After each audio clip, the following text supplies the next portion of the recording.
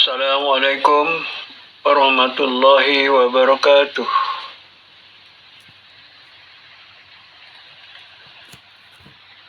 Salam hormat dan salam hangat bagi pendengar yang setia.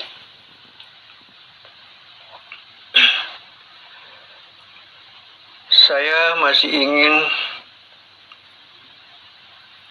membahas tentang topik kita yang lalu, yaitu memaknai kehidupan yang panjang semenjak lahir hingga hidup berakhir, yang penuh dengan suka dan penuh dengan duka, yang disertai dengan kasih sayang.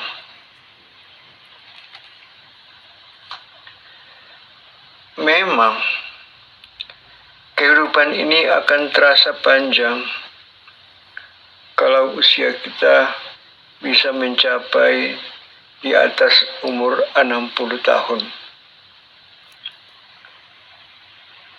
Karena demikian panjangnya nanti sampai kita kalau bekerja ada yang pensiun, ada yang tidak bekerja lagi dan tinggal di rumah, tidak bekerja seperti biasanya.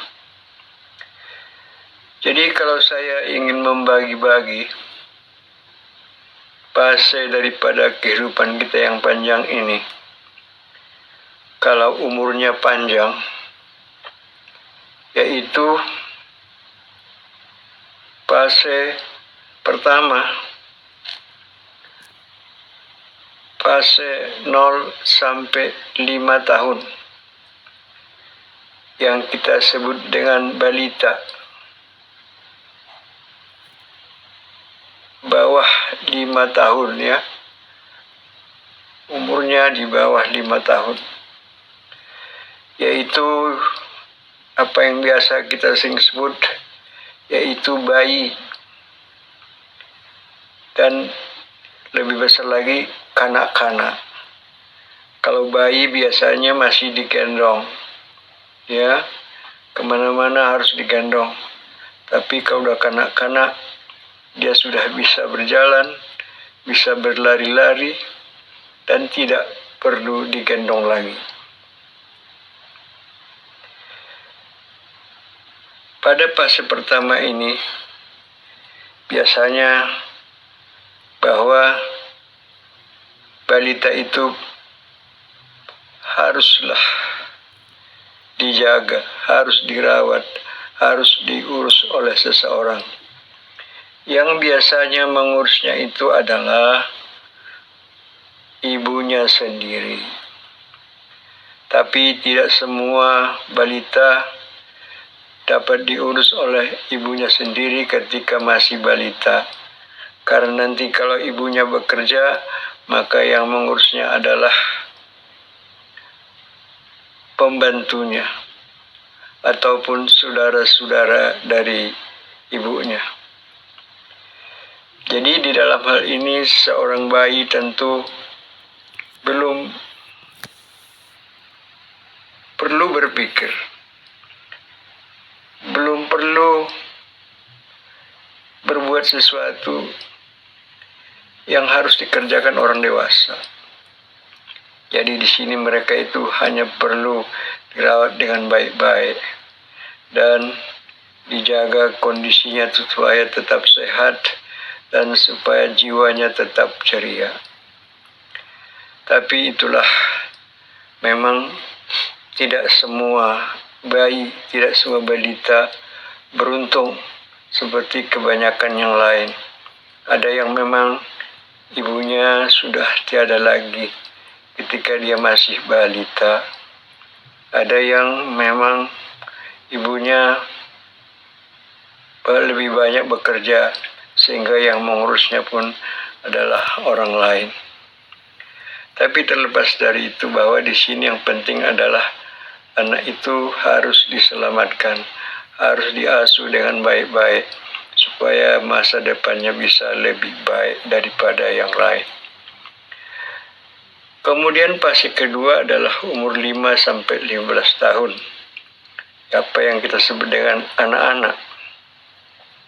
Umur 5 sampai 15 tahun itu mereka itu sudah sekolah mulai dari taman kanak-kanak atau TK sampai dengan SD dan sampai dengan SMP. Jadi di sini mereka itu sudah mulai berpikir mulai berpikir apa yang harus dikerjakan, bagaimana suatu pekerjaan dikerjakan dengan baik, yang tujuannya adalah untuk keperluan mereka sendiri. Jadi ada yang sudah mulai meningkatkan kemampuannya dengan ilmu yang diperlukan di masa depan.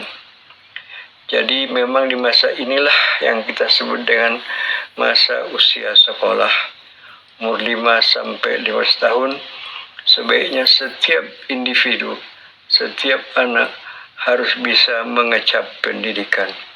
Mulai dari SD sampai dengan SMP. Kalau bisa tentu TK kalau ada TK, sekolah taman kanak-kanak, ada di tempat itu, tentu itu akan lebih baik lagi. Dan masuk ke SD, dari SD masuk ke SMP, Jadi di sini mereka itu masih anak-anak, belum dewasa, belum terlalu banyak memikirkan yang macam-macam. Mereka hanya belajar dan bermain, bergaul dengan teman-temannya. Baru fase ketiga. Fase ketiga adalah umur 15 sampai 25 tahun. Itu yang kita sebut dengan, pada awalnya mereka adalah remaja. Selama masih di SMA, kita sebut remaja. Dan kalau sudah nanti masuk perguruan tinggi dan seterusnya, mereka itu menjadi dewasa. Jadi remaja, dewasa ini adalah mereka suatu masa di mana mereka itu harus lebih banyak memikirkan sesuatu yang berhubungan dengan masa depannya. Mereka itu harus punya cita-cita. Mau jadi apa mereka itu nanti kalau sudah berusia lebih lanjut lagi.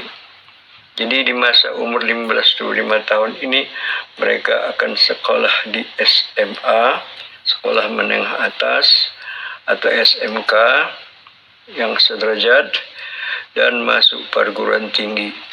Paling tidak sudah selesai S1. Memang tidak semua bisa melanjutkan ke S1, tapi paling tidak setiap kita individu paling tidak bisa masuk sekolah menengah kejuruan SMK ataupun masuk sekolah menengah atas SMA. Kalau memang mempunyai kemampuan otak, artinya dia memang mau belajar betul-betul, tentu bisa melanjutkan perguruan tinggi sampai selesai dapat S1. Kira-kira umurnya sekitar 25 tahun. Fase berikutnya adalah fase keempat, yaitu fase 25 sampai 35. Pada fase ini adalah fase di mana seseorang itu memikirkan bagaimana nantinya berkeluarga, atau mungkin sudah mulai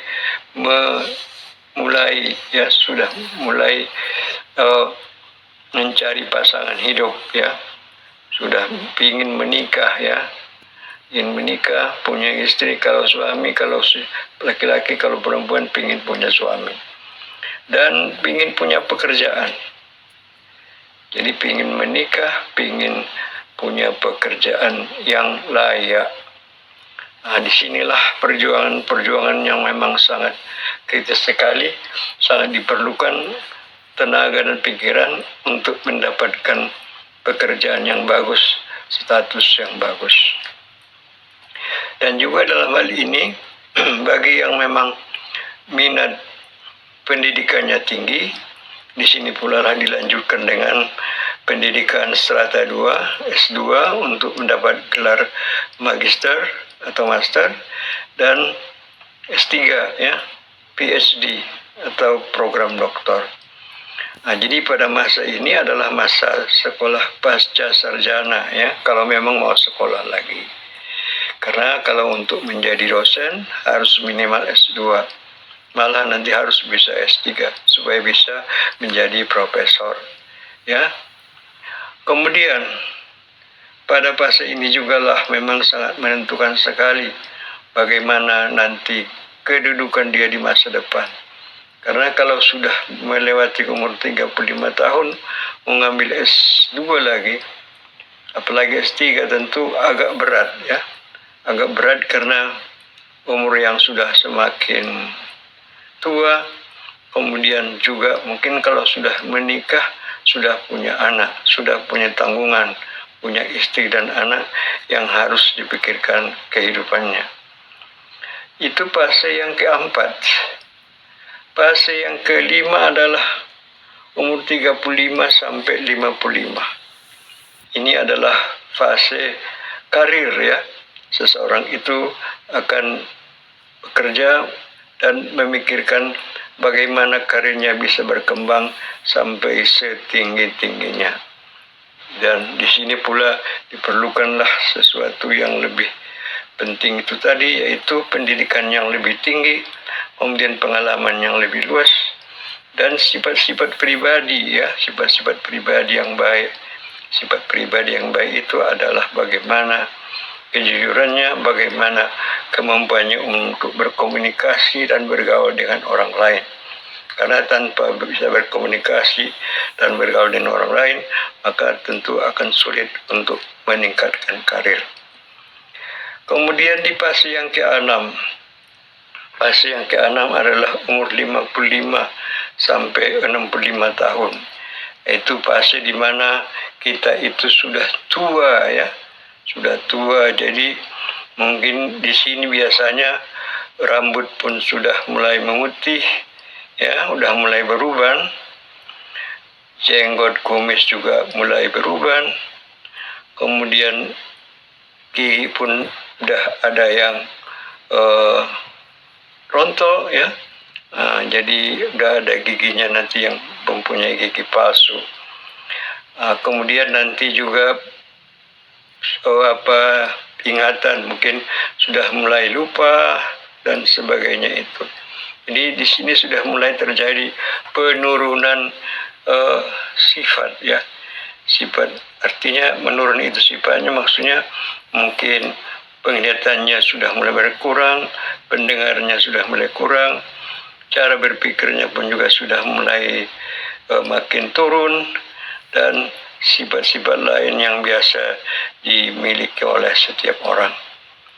Dan pada masa inilah biasanya banyak orang yang kita katakan berakhir masa hidupnya ya di sini ya. Mudah-mudahan saudara-saudara pendengar yang mendengarkan ini mudah-mudahan umurnya lebih panjang lagi, bisa melebihi umur 55-65 ini. Tapi ingat, kalau sudah melewati ini, yaitu fase yang ke-7, umur 65-75, maka biasanya adalah sudah pensiun. Kalau misalnya bekerja pun tidak bisa lagi maksimal. Kasihannya itu adalah kalau ada orang tua yang masih menarik becak lagi pada umur sekian, itu tentu sangat kasihan sekali. Masih ada lagi yang bekerja secara fisik, misalnya memecah batu dan pekerjaan-pekerjaan fisik lainnya pada usia seperti ini, sungguh sangat kasihan. Karena pada masa ini sebetulnya adalah masa istirahat ya, masa di mana setiap orang harusnya tidak lagi bekerja. Kalaupun bekerja adalah pekerjaan yang ringan-ringan. Memang ada juga yang sudah lanjut usia, masih tegar lagi, bisa jadi direktur, bisa menjadi pimpinan-pimpinan organisasi, bisa menjadi pimpinan di pemerintahan, tapi tidak banyak. Itu hanya ada satu-satu yang bisa sanggup ya, yang sanggup seperti itu. Itulah masa berkarya yang terakhir ya. Dan kadang-kadang sering disebut ini adalah camat ya. Camat itu artinya calon mati gitu ya. Karena umurnya yang sudah lanjut itu. Kalau misalnya memang usianya sudah lanjut. Kalau memang malaikat maut sudah datang menghampiri.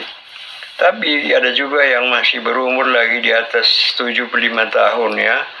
Umur 75 ke atas, ada yang sampai 80, ada yang sampai 90, ada yang 100, ada yang mungkin lebih 100, tapi itu tidak banyak. Hanya ada bisa dihitung dengan jari ya, bisa dihitung dengan jari tangan.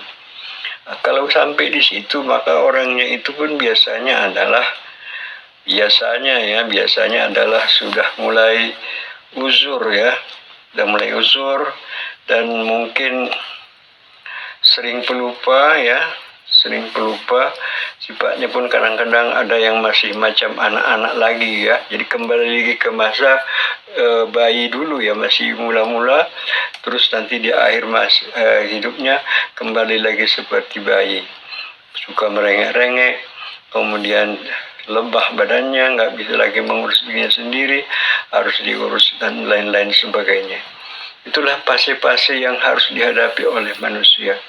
Jadi yang paling penting bagi kita adalah kalau memang umur kita panjang, bersiap-siaplah untuk masa tua. Karena di masa tua itu mungkin kita tidak bisa lagi mengeksploitasi diri kita untuk mendapatkan uang, mendapatkan cuan.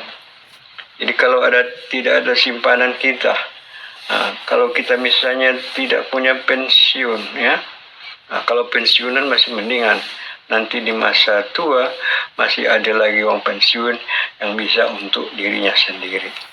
Inilah sebetulnya yang saya katakan bagaimana memaknai kehidupan yang panjang semenjak lahir ke dunia ini hingga hidup berakhir, yang mana penuh dengan suka, penuh dengan duka, yang disertai dengan kasih sayang.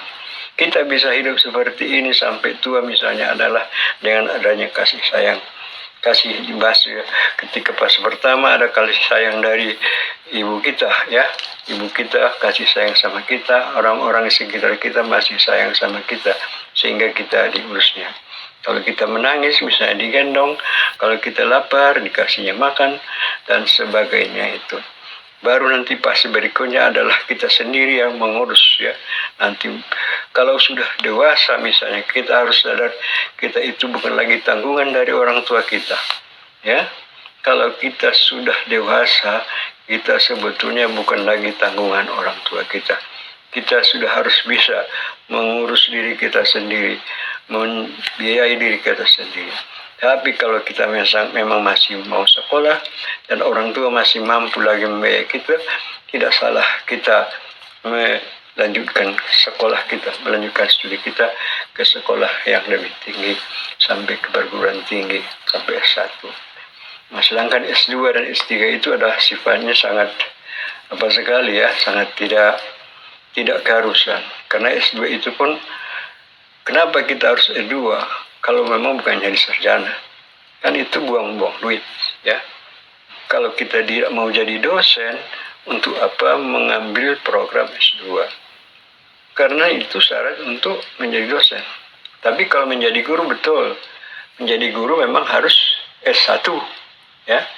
Menjadi guru harus S1. Tapi kalau menjadi dosen harus S2. Itu pun syarat minimal. Karena kalau di perguruan tinggi, seseorang itu alangkah baiknya melanjutkan ke S3. Tapi biasanya S3 ini ya kalau dengan biaya sendiri tentu berat. Jadi coba cari beasiswa untuk mendapatkan S3 dari pemerintah ataupun dari pihak-pihak lain sehingga kita bisa meneruskan ke S3. Dan kalau S3, karena kita jadi dosen, tentu nanti akan bisa meneruskan karir kita dan meraih gelar profesor ya, guru besar ya, maha guru. Jadi kalau kita udah profesor, biasanya gajinya lebih besar ya. Gaji profesor itu bisa 4 kali lipat dari gaji pokok. Sedangkan gaji daripada dosen biasa adalah 2 kali gaji pokok ya, karena ada sertifikasi dosen. Nah, tetapi kalau profesor bisa 2 kali dari itu ya, jadi 4 kali dari gaji pokok, sehingga bisa sekitar 20 juta lah, yang tergantung masa kerjanya, bisa 20 juta kurang, bisa 20 juta lebih. Itulah gaji daripada seorang profesor selaku dosen. Kalau dia punya jabatan tentu lain lagi nanti cuma tunjangan jabatannya. Saya berharap kita semua memikirkan ini agar supaya terinspirasi untuk melanjutkan studinya ataupun untuk meneruskan karirnya. Tapi ini adalah suatu jalan ya untuk mendapatkan kehidupan yang layak. Tapi kalau saudara ingin misalnya kaya ya, janganlah menjadi pegawai negeri ya. Kalau mau jadi kaya, jangan menjadi pegawai negeri, jangan menjadi pegawai swasta, tapi jadilah pimpinan perusahaan. Saudara harus menjadi wirausaha ya, berwira swasta, entrepreneurship ya. Jadi kita harus menjadi pengusaha. Pengusaha itu tentu tidak terus besar ya, pengusaha kecil-kecilan dulu ya, mulai dari saudagar saudagar cabai misalnya ya, lama-lama meningkat sampai nanti saudagar yang lebih besar lagi, lebih besar lagi cakupannya nanti sampai menjadi perusahaan yang besar. Maka saudara bukan lagi menerima gaji, tapi adalah saudara sudah menggaji orang. Jadi kalau saudara masih mengharapkan gaji, mana mungkin bisa jadi kaya, kecuali korupsi. Makanya kalau mau jadi PNS, ya jangan korupsi lah ya. Nah, kalau mau korupsi, ya itu dia tadi kan, orang mau kaya korupsi. Nah, kalau menjadi pegawai saja di perusahaan-perusahaan swasta misalnya juga begitu. Karena kita makan gaji. Kalau makan gaji tidak bisa kaya. Tapi kalau kita menggaji orang, kita bisa kaya. Inilah yang ingin saya sampaikan dulu. Sampai sekian, supaya jangan terlalu bosan. Saya sudahi. Billahi taufiq wal hidayah. Wassalamualaikum warahmatullahi wabarakatuh.